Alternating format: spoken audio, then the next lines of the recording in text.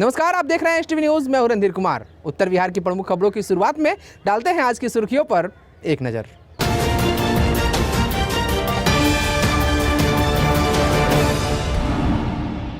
पूर्वी चंपारण जिलाधिकारी ने चमकी को धमकी का स्टिकर एवं पंपलेट्स का किया विमोचन। आम लोगों में बांटकर चमकी बुखार के प्रति लोगों को किया जाएगा जागरूक। साइबर हमले का शिकार हो रहे हैं आम से लेकर खास लोग। अपराधियों ने सदर एसडीओ प्रिय रंजन राजू का फर्जी फेसबुक आईडी बनाकर एसटीवी न्यूज संवाददाता से की 25,000 रुपए की मांग। अवैध जांच घरों पर चला प्रशासन का डंडा। पचपकड़ी के 3 जांच घरों को किया गया सील। मझौलिया प्रखंड क्षेत्र के बाजारों में नहीं हो रहा है कोरोना गाइडलाइंस का अनुपालन। बिना मास्क और बिना सामाजिक दूरी के खरीदारी करते दिख रहे हैं लोग। आदापुर प्रखंड के सरकारी अस्पताल में कोविड-19 कंट्रोल सेंटर के द्वारा कोरोना के मरीजों की जा रही है देखभाल, दी जा रही है उचित परामर्श। कोविड-19 टीकाकरण अभियान के तहत सारण जिले के सदर प्रखंड मुख्यालय से 2 टीका एक्सप्रेस को किया गया रवाना। ग्रामीण क्षेत्रों में जाकर लोगों का किया जाएगा वैक्सीनेशन। सुगौली के छपवा स्टेट बैंक के सामने रोड पर मानवता हुई शर्मसार। जाम में फंसा एम्बुलेंस बजाता रहा सायरन और लॉकडाउन का धजिया उड़ाते लोग करते रहे खरीदारी। मोतिहारी स्थित जामा मस्जिद के पास खोला गया मोदी आहार केंद्र। जरूरतमंदों को मिलेगा निःशुल्क भोजन। जन अधिकार पार्टी के प्रदेश सचिव सह पूर्व विधानसभा प्रत्याशी अभिजीत सिंह ने की प्रेस वार्ता। स्वास्थ्य व्यवस्था को लेकर सरकार पर साधा निशाना। Raxaul chamber of commerce and industries के अधिकारियों की मांग पर शहर को नियमित अंतराल पर कराया जाएगा सैनिटाइज और मच्छरों के प्रकोप को रोकने के लिए की जाएगी फॉगिंग मशीन से दवाओं का छिड़काव। लौकरिया उप स्वास्थ्य केंद्र का डीसीएलआर ने किया निरीक्षण। डीएम को भेजा रिपोर्ट, मचा हड़कंप। और लॉकडाउन का अनुपालन कराने को लेकर प्रशासन सख्त। सुगौली में बेवजह सड़कों पर घूमने वाले लोगों से पुलिस ने कराई उठक बैठक।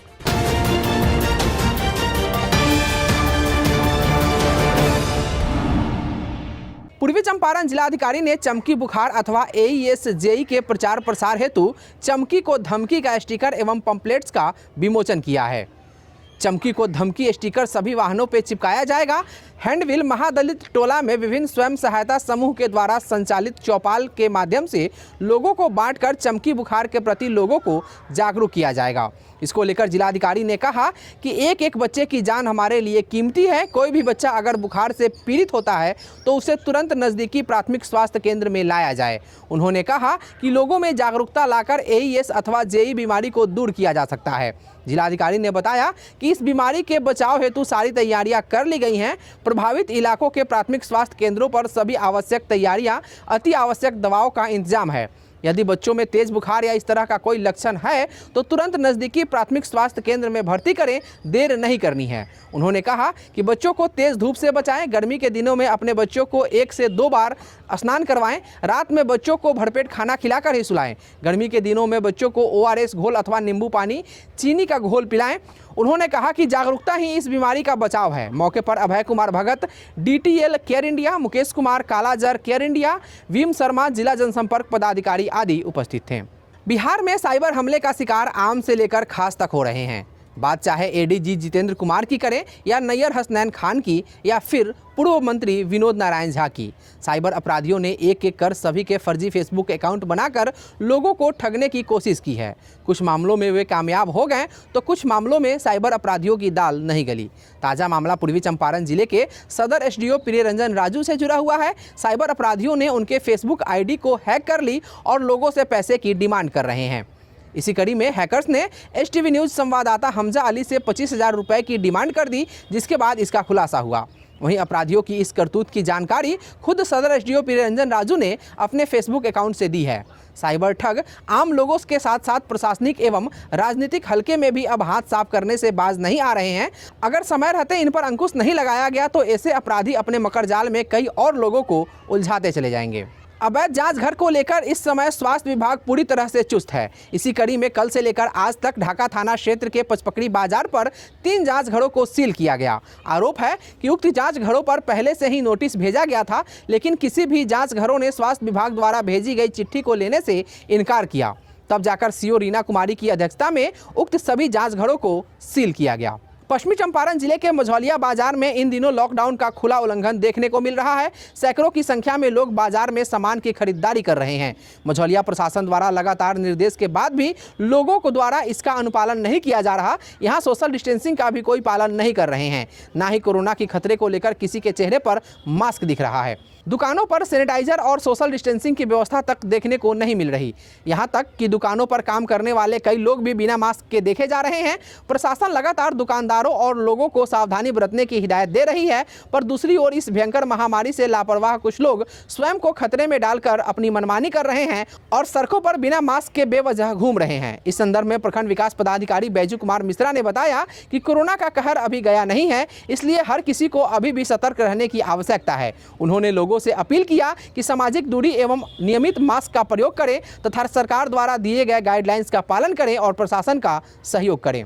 आदापुर प्रखंड के प्राथमिक स्वास्थ्य केंद्र पर स्वास्थ्य विभाग के द्वारा कोरोना कंट्रोल सेंटर की स्थापना कर प्रखंड में कोरोना से पीड़ित मरीजों की हर स्थिति का आकलन स्वास्थ्य विभाग के द्वारा किया जा रहा है, जिससे उनके स्वास्थ्य में कितना सुधार हुआ है या फिर मरीज को किस तरह के इलाज की जरूरत है, यह सब जानकारी एकत्रित कर उनके माध्यम से मरीज का इलाज किया जा सके, जिससे मरीजों को काफ़ी फायदा हो रहा है। और इस स्थिति में अस्पताल ना जाकर घर पर ही मरीजों के लिए उपचार की व्यवस्था की जा रही है, जिससे काफ़ी मरीजों के स्वास्थ्य में सुधार भी हुआ है। साथ ही प्रखंड में कोरोना से जितने लोग मरे हैं उनका भी सेंटर के माध्यम से विश्लेषण करके उनके परिजनों को उचित सुविधाएं दी जा रही है। इस संबंध में हमने अस्पताल प्रबंधन से बात की तो उन्होंने बताया कि सेंटर 24 घंटे काम करता है, जिससे किसी भी आपात स्थिति से निपटने में सहायता मिलती है। वैक्सीनेशन को लेकर स्वास्थ्य विभाग काफ़ी जागरूक हो चुका है और प्रतिदिन आदापुर प्रखंड में 300 से अधिक लोगों को वैक्सीन दिया जा रहा है, जिससे कोरोना से लड़ने में लोगों को आसानी हो रही है। कोविड-19 टीकाकरण अभियान के तहत सारण जिले के सदर प्रखंड मुख्यालय परिसर से टीका एक्सप्रेस 2 वाहनों को अलग अलग 2 पंचायतों के लिए रवाना किया गया, जिसे हरी झंडी दिखाकर सदर वीडियो आनंद कुमार विभूति ने रवाना किया। इस संबंध में सदर वीडियो ने बताया कि आज प्रखंड के नैनी व दियारे क्षेत्र के बड़हारा महाजी 2 पंचायतों के लिए 200 कोविड वैक्सीनों के साथ 2 टीका एक्सप्रेस वाहनों को रवाना किया गया, जो ग्रामीण क्षेत्रों में जाकर वैक्सीनेशन करेगी। सदर वीडियो ने बताया कि इस तरह का अभियान लक्ष्य पूरा होने तक प्रतिदिन शेष अन्य पंचायतों के लिए भी जारी रहेगा, जिसके तहत प्रतिदिन सदर के 2 पंचायतों में टीकाकरण एक्सप्रेस रवाना होगी और 2 पंचायतों के 200 ग्रामीणों को वैक्सीनेट किया जाएगा। मौके पर सदर बीएचएम व हेल्थ डिपार्टमेंट के कर्मी मौजूद रहे। पूर्वी चंपारण जिला अंतर्गत सुगौली थाना क्षेत्र के छपवा चौक पर लागू लॉकडाउन का कोई असर नहीं दिख रहा है। यहाँ लोग सामान्य दिनों की तरह भी सड़कों के नियमों का पालन नहीं कर रहे हैं और सड़क पर खूब भीड़ लग रही है। सोशल मीडिया पर एक वीडियो तेजी से वायरल हो रहा है। बताया जा रहा है कि यह वीडियो आज सुबह 8 बजे के आसपास की है। यहाँ छपवा हरसिद्धि रोड में सब्जी खरीदारों की इतनी भीड़ उमड़ी कि लॉकडाउन और सामाजिक दूरी का ख्याल किसी को नहीं रहा और लोगों के भीतर मानवता भी नहीं दिखी और इस भीड़ में फंसी एक एम्बुलेंस की सायरन बजती रही और लोग खरीदारी में मशगूल रहे। स्थानीय लोगों ने बताया कि छपवा चौक से सटे स्टेट बैंक के सामने ऐसा रोज होता है। सामान्य दिनों में भी जैसे तैसे लोगों का आना जाना होता रहता है, पर इस कोरोना संक्रमण के दौर में भीड़ के कारण जीवन ही संकट में पड़ता दिख रहा है। अगल बगल के क्षेत्रों से आए सब्जी के थोक विक्रेता छपवा हरसिद्धि मेन रोड के दोनों ओर से कब्जा कर अपनी दुकान खोल लेते हैं। बाकी बची बीच की सड़क की जगह ग्राहकों से भर जाता है, जिससे पैदल चलना भी मुश्किल हो जाता है। इस मार्ग से होकर अरेराज होते हुए पटना और रक्सौल बेतिया मोतिहारी की ओर बड़ी संख्या में गाड़ियों का लगातार आना जाना होता है। हालांकि लॉकडाउन में पुलिस प्रशासन के द्वारा सख्ती भी बढ़ती जा रही है। बावजूद इसके सुबह से दोपहर तक लोगों की यहां खूब भीड़ लगी रहती है। Raxaul chamber of commerce and industries के अधिकारियों ने एक मांग पत्र कार्यपालक पदाधिकारी सभापति नगर परिषद के साथ साथ स्थानीय विधायक प्रमोद कुमार सिन्हा को देते हुए कोरोना वायरस की प्रसार के साथ साथ ब्लैक फंगस के कुप्रभाव की रोकथाम हेतु समूचे नगर परिषद क्षेत्र के गली मोहल्लों में व्यापक तरीके से सैनिटाइज अल्प अंतराल पर कराने के आग्रह के साथ साथ शहर के विषाणुओं से रहित मच्छरों के भयंकर प्रकोप से नगरवासियों को राहत देने के लिए बृहत स्तर पर फॉगिंग मशीन द्वारा दवाओं के छिड़काव की मांग की। जिसके बाद तत्क्षण चैम्बर के जन कल्याणकारी पहल पर संज्ञान लेते हुए विधायक ने उपस्थित संगठन के सदस्यों के समक्ष ही उचित कार्रवाई करने हेतु कार्यपालक पदाधिकारी नगर परिषद रक्सौल को निर्देशित किया। वहीं चैम्बर के सचिव राजकुमार गुप्ता एवं कोऑर्डिनेटर राकेश कुमार कुशवाहा ने उम्मीद जताते हुए कहा कि चैम्बर को पूर्ण विश्वास है कि उपरोक्त सर्वहितकारी कार्यों को इस संवेदनशील पदाधिकारियों द्वारा निश्चित संज्ञान लेते हुए तत्परता से कराया जाएगा। चैम्बर के मीडिया प्रभारी सह प्रवक्ता शंभू प्रसाद चौरसिया ने इसकी जानकारी दी। बिहार समेत ढाका विधानसभा क्षेत्र के लचर स्वास्थ्य व्यवस्था को लेकर मंगलवार को जन अधिकार पार्टी के प्रदेश सचिव सह पूर्व विधानसभा प्रत्याशी अभिजीत सिंह ने अपने आवास पर प्रेस वार्ता कर सरकार के खिलाफ जमकर निशाना साधा। इस दौरान उन्होंने कहा कि कोरोना जैसी महामारी में बिहार की स्वास्थ्य व्यवस्था लकवाग्रसित हो गई है। उन्होंने कहा कि घोड़ासहन प्रखंड के विभिन्न अतिरिक्त प्राथमिक स्वास्थ्य केंद्र व उप स्वास्थ्य केंद्र कहीं 10 वर्षों से तो कहीं 15 वर्षों से बंद है। वहीं पीएचसी में वर्षों से खराब एम्बुलेंस पड़ा हुआ है, जिससे कोरोना मरीजों को इलाज कराने बाहर जाने में परेशानी हो रही है। वहीं सड़े स्थिति में एम्बुलेंस घोड़ासहन पीएचसी परिसर में खड़ा रहना बेहद दुर्भाग्यपूर्ण बताया। वहीं छात्र जिला अध्यक्ष आकाश सिंह ने कहा कि कोरोना महामारी में इतनी संख्या में बंद पड़े अस्पताल बेहद दुर्भाग्यपूर्ण है। क्या इसी तरह कोरोना से जंग जीता जाएगा? जाप नेताओं ने सरकार से अविलंब इन अस्पतालों में डॉक्टरों की नियुक्ति करने की मांग की। प्रेस वार्ता में जिला उपाध्यक्ष पवन सिंह, प्रखंड अध्यक्ष बाबू यादव, जिला सचिव रामचंद्र सिंह आदि शामिल थे। आज हमारे जिला के अध्यक्ष हैं छात्र के आकाश सिंह जी। आप देखेंगे कि इधर हमारे राम बाबू जी हैं प्रखंड अध्यक्ष, क्योंकि आज मौसम भी थोड़ा खराब था, फिर भी ये दोनों लोग आज अलग अलग जो स्वास्थ्य का जो केंद्र होता है, जो गाँव पिछू हर 2-4 पंचायतों के सेंटर पे बनाया जाता है, वो सारे के सारे बंद। आपने कल से ही देखा होगा कि एक ढलवा बाजार है जहाँ गांधी जी आए थे, महात्मा गांधी आए। वहाँ की स्थिति यह है कि 15 साल से ताला लटका हुआ। वही हाल दुर्मिया में है, वही हाल समनपुर में है, वही हाल जमुनिया में है, वही हाल कवैया में है। और 2 करोड़ की लागत से बना हुआ चैनपुर का स्वास्थ्य सेंटर उद्घाटन के बाद आज तक झाड़ू तक नहीं लगा वहां पर, मतलब आज तक किसी ने कदम तक नहीं रखा। आज का प्रेस कॉन्फ्रेंस करने का मकसद मेरा ये नहीं है कि मैं किसी को नीचा दिखाऊं, मैं किसी की कमजोरियों को उजागर करूं, नहीं। मेरा सिर्फ इतना ही मकसद है, जन अधिकार पार्टी का ही इतना ही मकसद है कि लोगों की सेवा हो। वो सेवा कैसे होगी? जब ये सेंटर खुलेंगे। अगर जमुनिया में कोई सेंटर बना है, भेलवा में कोई सेंटर बना है, समनपुर में कोई सेंटर बना है, कवैया जहां से एक बहुत बड़े प्रतिनिधि भी रहे हैं, कई लोग उस कवैया ग्राउंड में आके भाषण देके चले जाते हैं, लेकिन आज तक उस सेंटर को नहीं खुलवा। अगर वो सेंटर खुला रहेगा, सेंटर क्यों बनता? कि आपको ज़्यादा ट्रैवलिंग ना करना पड़े। जो गांव के लोग हैं, जो खेत में काम करते हैं, मजदूरी करते हैं, जो गरीब लोग हैं, उनको ज़्यादा एक जगह पे नहीं जाना पड़े। आज तो वैसे भी सोशल डिस्टेंसिंग की बात होती है कोरोना को लेकर।